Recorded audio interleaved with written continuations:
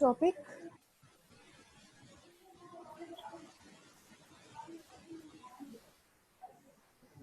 Chapter number 7 introduction to trigonometry. ठीक है, सब टॉपिक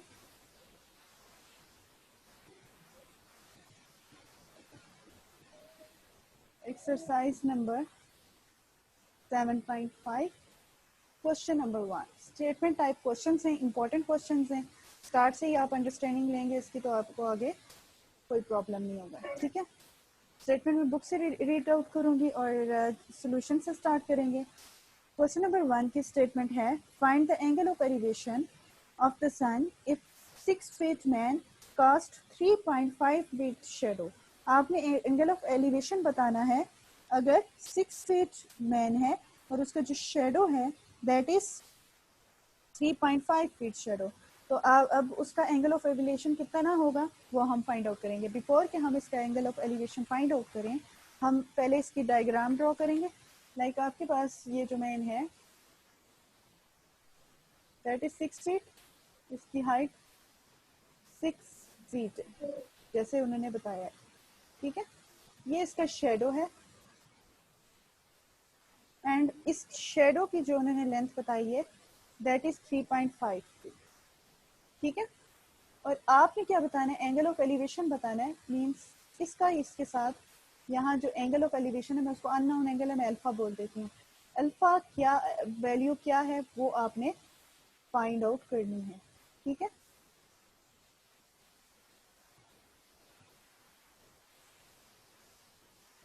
ये आपने वैल्यू फाइंड आउट करनी है इसकी। सॉल्यूशन स्टार्ट करते हैं इसका। अब जब आप इस डायग्राम को गौर से देखें तो आपके पास ये क्या बन रही है, ये एक ट्राइंगुलर टाइप शेप बन रही है जिसको मैं यहाँ बना दूं। That is 6 feet man and 3.5 feet उसका शेडो, और ये एंगल ऑफ एलिवेशन है अल्फा, अननोन है, ये हमें फाइंड आउट करना है। तो आप यहाँ पे जब सॉल्यूशन करने लगेंगे पहले लिखिए फ्रॉम फिगर। अब फिगर से आपकी जो ट्रिग्नोमेट्रिक रेशियोज थी उनको रिकॉल करें कि जब राइट एंगल ट्राइंगल होती है तो हमने ट्रिग्नोमेट्रिक रेशियो का एक परपेंडिकुलर हाइपोटेन्यूज के साथ एक रिलेशन रीड आउट किया था एक ट्रिक के थ्रू। लाइक आपको याद होगा, मैं स्टार्ट करती हूँ, इसको जस्ट रिकॉल करवा रही हूँ, लिख भी लें तो कोई बात नहीं इधर। सम पीपल हैव कॉस के लिए कर्ली ब्राउन हेयर, टैन के लिए किया था, ये नजर आ रहा है ना आपको? ठीक है, थ्रू प्रॉपर ब्रशिंग। याद आया? अब ये था आपका एस मीन साइन, सी मीन कॉस और टी मीन्स टैन।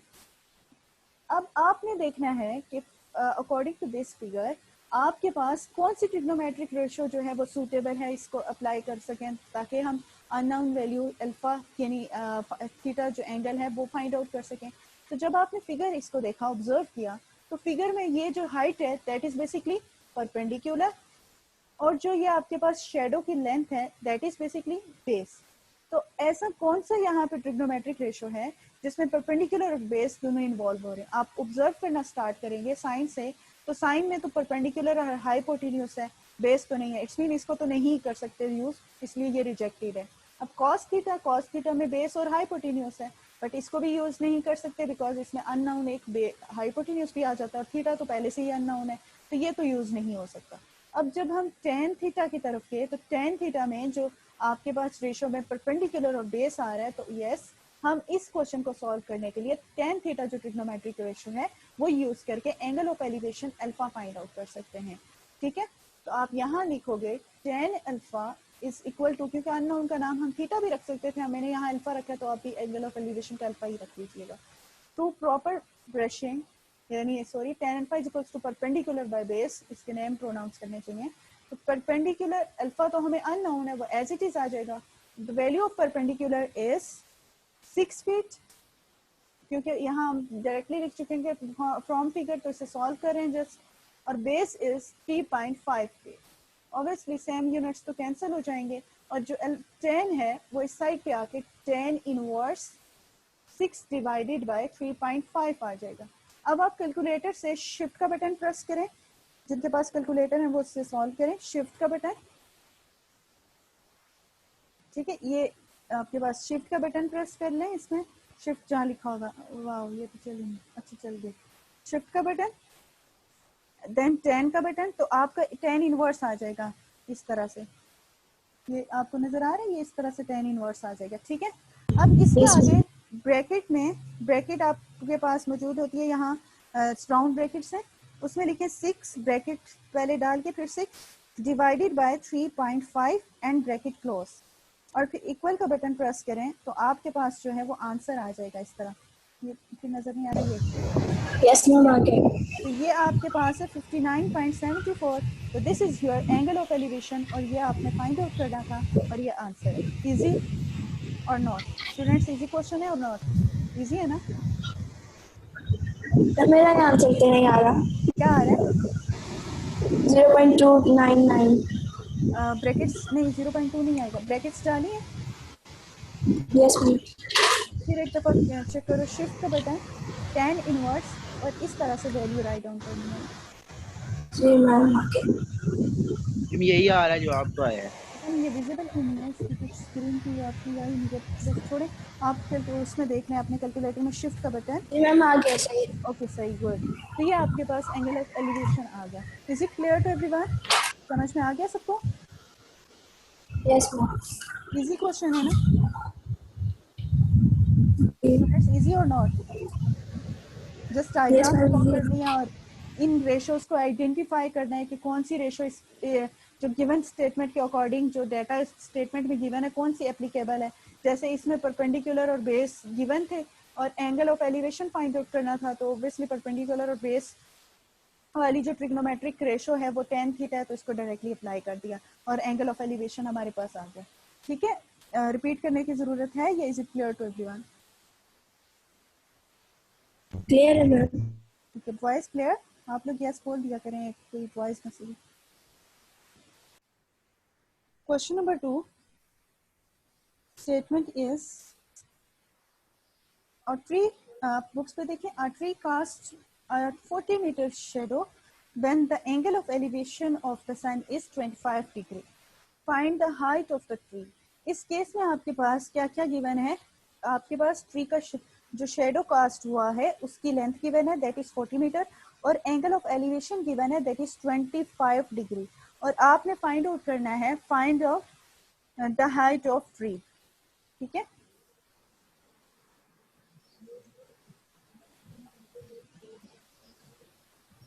मैं इसकी फिगर ड्रॉ करती हूँ।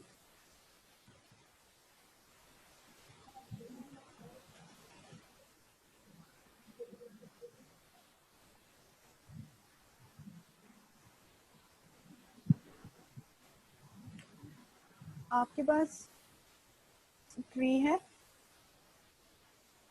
ये उसका शेडो है and the length of shadow जो कि आपके पास बुक पे गिवन है दैट इज 40 फीट, और जो एंगल ऑफ एलिवेशन बना रहा है ट्री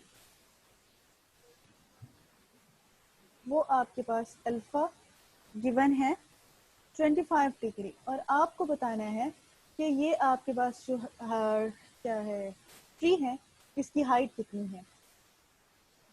इस हाइट को पूरा लिख लेते हैं क्योंकि हाइपोटेन्यूज के लिए हम एच यूज करते हैं, तो कंफ्यूज मत होना। तो हमने बताना है कि व्हाट इज द हाइट।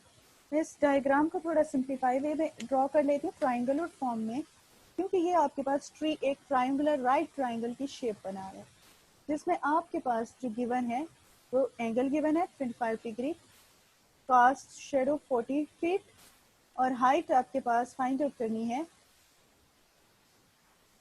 ये आपके पास इस तरह। ठीक है, अब आप आइडेंटिफाई करेंगे फ्रॉम फिगर। एक मिनट स्टूडेंट्स, काफ़ी देर से कोई कॉल्स आ रही है, मैं इसको भी कर लूँ, मेरे ख्याल से कोई इंपॉर्टेंट है, तो एक में ये वीडियो थोड़ी देर एक्चुअली इम्पोर्टेंट वन थी और काफ़ी देर से थी इस वजह से। ओके, नेक्स्ट आप लोगों को दोबारा से रिपीट कर देती हूँ कि गिवन ये है कि देयर इज अ ट्री, अब उसका जो शेडो है दैट इज 40 सेंटीमीटर और जो एंगल ऑफ एलिवेशन है दैट इज 25 डिग्री, और व्हाट आपने फाइंड आउट करना है find the height of the tree.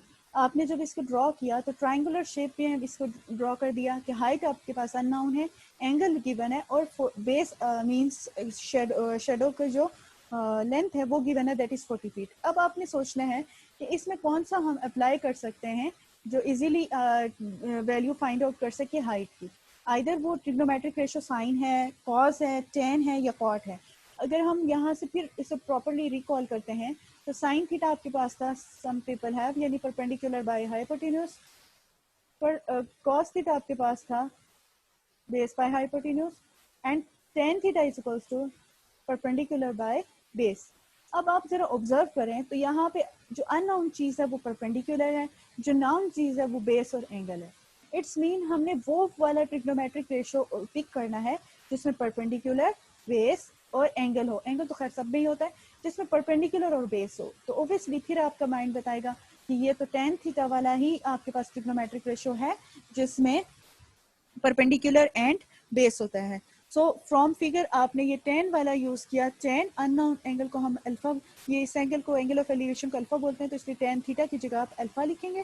पहले लिखेंगे tan alpha is equals to perpendicular by base.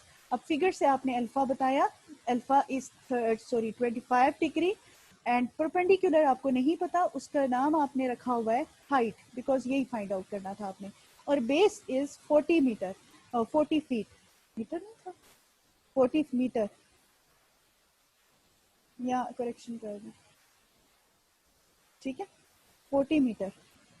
अब हाइट अननोन है, 40 मीटर इधर डिवाइड हो रहा है, 10 25 के साथ आके मल्टीप्लाई हो जाएगा। आफ्टर रीअरेंजमेंट आपके पास जो हाइट वाली इक्वेशन बनती है, height is equals to 40 metre multiply 10 25। तो जरा अपने कैलकुलेटर्स में 40 फिर मल्टीप्लाई का बटन प्रेस करें, देन 10 25 लिखें, तो आपके पास जो आंसर आ जाएगा वो आपकी बेसिकली हाइट ऑफ ट्री होगी। तो क्या आंसर आता है?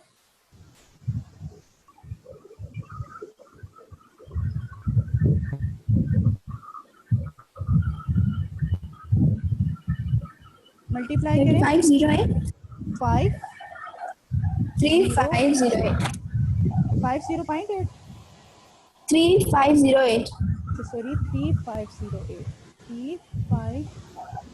इतनी बड़ी हाइट आ रही है, एक दफा फिर चेक करना पड़ेगा। शेडो जस्ट 40 मीटर है, 40 मल्टीप्लाई point 10 25।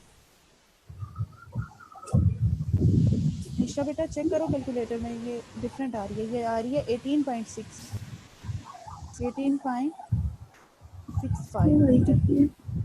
ये आपके पास हाइट ऑफ ट्री आ गई। Is it clear to everyone? एक दफा रिपीट कर देती हूँ दोबारा से, तब तक निशा आप अपनी कैलकुलेशन भी चेक कर लें। Next question, question number 3, statement read करती हूँ साथ साथ। A 20 feet long ladder is leaning against a wall. एक लैडर है, मीन्स एक सीढ़ी है जो कि दीवार के साथ आपने लगाई हुई है।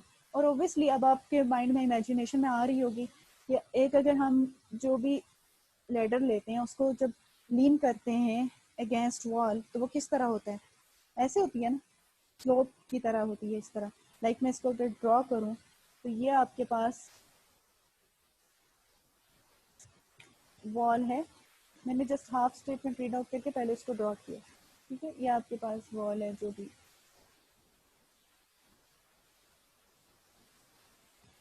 और ये उसके अगेंस्ट आपने एक लेडर लीन की हुई है।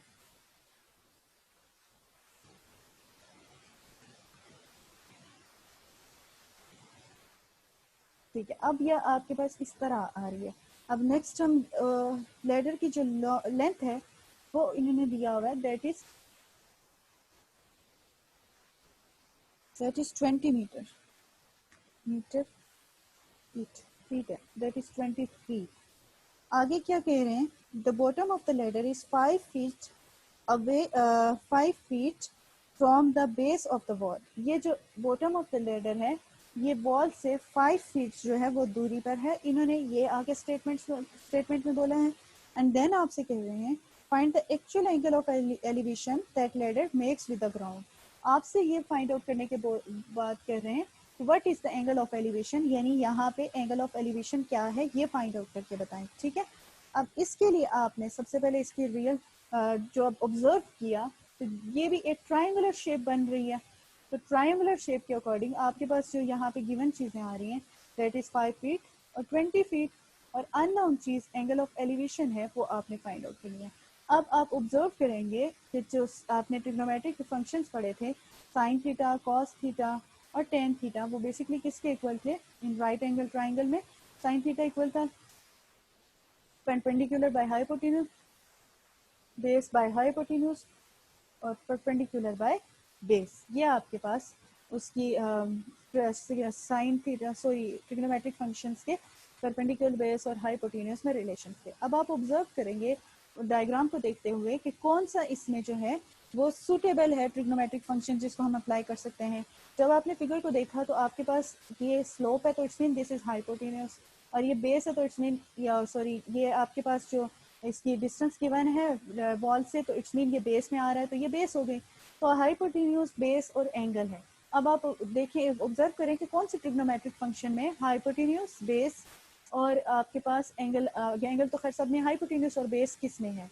तो आपने देखा कि कॉस थीटा वो ट्रिग्नोमेट्रिक फंक्शन है जिसमें बेस और हाइपोटेन्यूज है। तो इट्स मीन इसमें angle of elevation find out करने के लिए जो ट्रिग्नोमेट्रिक फंक्शन यूज करेंगे वो कॉस थीटा यूज करेंगे। तो क्वेश्चन नंबर 3 में after observation of from figure, आपने डायग्राम को ऑब्जर्व करने के बाद फिगर से ये कंक्लूड किया कि आप इसमें जो पिक करने वाले हैं angle of elevation find out करने के लिए trigonometric function that is cos theta means cos alpha, because angle of elevation को हमने यहाँ पे जो नेम रखा हुआ है दैट इज अल्फा। तो कॉस अल्फा इक्वल होता है सॉरी बेस बाय हाइपोटेन्यूज। तो अब हम यहाँ वैल्यू सब्स्टिट्यूट करते हैं। अल्फा का तो हमें वैल्यू ही नहीं पता, वो एज इट इज आ जाएगी। बेस आपके पास है 5 फीट और हाइपोटेन्यूज आपके पास है 20 feet. Feet feet and feet cancel हो गए। अब आपके पास कॉज इस साइड पे शिफ्ट होकर इनवर्स आ जाएगा। कॉज इनवर्स 5/20, कैलकुलेटर में उसी तरह ब्रैकेट्स डाल के करें, जो आंसर आता है वो बेसिकली आपके पास एंगल ऑफ एलिवेशन होता है। Is it clear to everyone? Yes, ma'am. ठीक है, अब जरा मुझे बताएं इसका आंसर क्या आता है। जिसने कर लिया, नुमान अगर आपने कर लिया तो बता दो टेक्स्ट में। कॉस इनवर्स मैम 75.5 आता है। 75.5, यस मैम। ठीक है। 75.5 इज एंगल ऑफ एलिवेशन, ये आपका आंसर है। Is it clear to everyone? आप लोग नोट डाउन करें, फिर हम अगर ये एक्सप्लेन करने की ज़रूरत नहीं है फिर नेक्स्ट क्वेश्चन की तरफ मूव करते हैं। Question is question number 4। मैं साथ से फीड आउट करती हूँ और इसे रेज भी करती हूँ। Question number 4 is the base of the rectangle is, अच्छा यहाँ पे आपने जो ही रीड आउट किया स्टेटमेंट को तो आपको एक मैथमेटिकल शेप का नेम आ गया दैट इज रेक्टेंगल। तो इट्स मीन यहाँ पे हमें क्या ड्रॉ करनी पड़ेगी? रेक्टेंगल ड्रॉ करनी पड़ेगी। और साथ उन्होंने कहा हुआ है कि the base of rectangle is 25 feet and the height of rectangle is 13 feet. Find the angle that diagonal of the rectangle makes with the base. तो इट्स मीन इसकी डायरेक्टली हम पहले डायग्राम ड्रॉ करते हैं, रेक्टेंगल बनाते हैं। ये आपके पास एक रेक्टेंगल है, इसकी बेस जो है वो उन्होंने जो दी हुई है दैट इज 20 फीट। इसकी जो हाइट उन्होंने गिवन दी हुई है दैट इज 5 फीट। और ये this is the Ma'am, diagonal. base 25 है. बेस क्या? Base ऊपर 25. ये देखिए डाटा किसका लिखती हूँ ऊपर वाले। The base of rectangle is 25 feet. Good Nisha, इसी तरह लेक्चर्स अटेंड करते हैं attentively. 25 feet and the height of rectangle is that is 13 feet. अब आपसे कह रहे हैं find out the angle of elevation ही होता है basically that diagonal makes with the rectangle. अब दिस इज द डायगोनल और ये उसका रेक्टेंगल के साथ जो डायगोनल जो है रेक्टेंगल की बेस के साथ एंगल बना रहा है, ये आपने फाइंड आउट करना है। जब आपने इस डायग्राम को ड्रॉ किया तो इसके डायग्राम से आपने ऑब्जर्व किया कि ये जिस पार्ट में हमने इसकी गिवन वैल्यूज राइट डाउन की हैं और जो टू फाइंड करनी है वो राइट डाउन की है, तो एक बेसिकली ट्राइंगुलर शेप है, उसको सेपरेट करके हमने बना देना है ट्राइंगुलर शेप। तो आपको पता चला this is the 13 feet, 25 feet and angle of elevation alpha. अब आप ऑब्जर्व करेंगे कि कौन सी ट्रिग्नोमेट्रिक फंक्शन या रेशो वटेवर कौन सा ट्रिग्नोमेट्रिक फंक्शन इस पे अप्लाई करके हम angle of elevation find out कर सकते हैं। तो ऑब्जर्व करें कि इसकी जो गिवन चीज़ें हैं वो बेसिकली क्या हैं ट्राइंगल की, परपेंडिकुलर और बेस हैं। परपेंडिकुलर और बेस कौन से में इन्वॉल्व करता है, tan ऑब्वियसली tan में। तो ये आपने perpendicular by base tan use करना है। तो क्वेश्चन नंबर 4 फॉर्म फिगर आपने कंक्लूड ये किया by using tan alpha. tan alpha equal होता है परपेंडिकुलर बाय बेस, और अब आप इसमें परपेंडिकुलर की वैल्यू पुट करेंगे, that is 13 feet and base is 25 feet.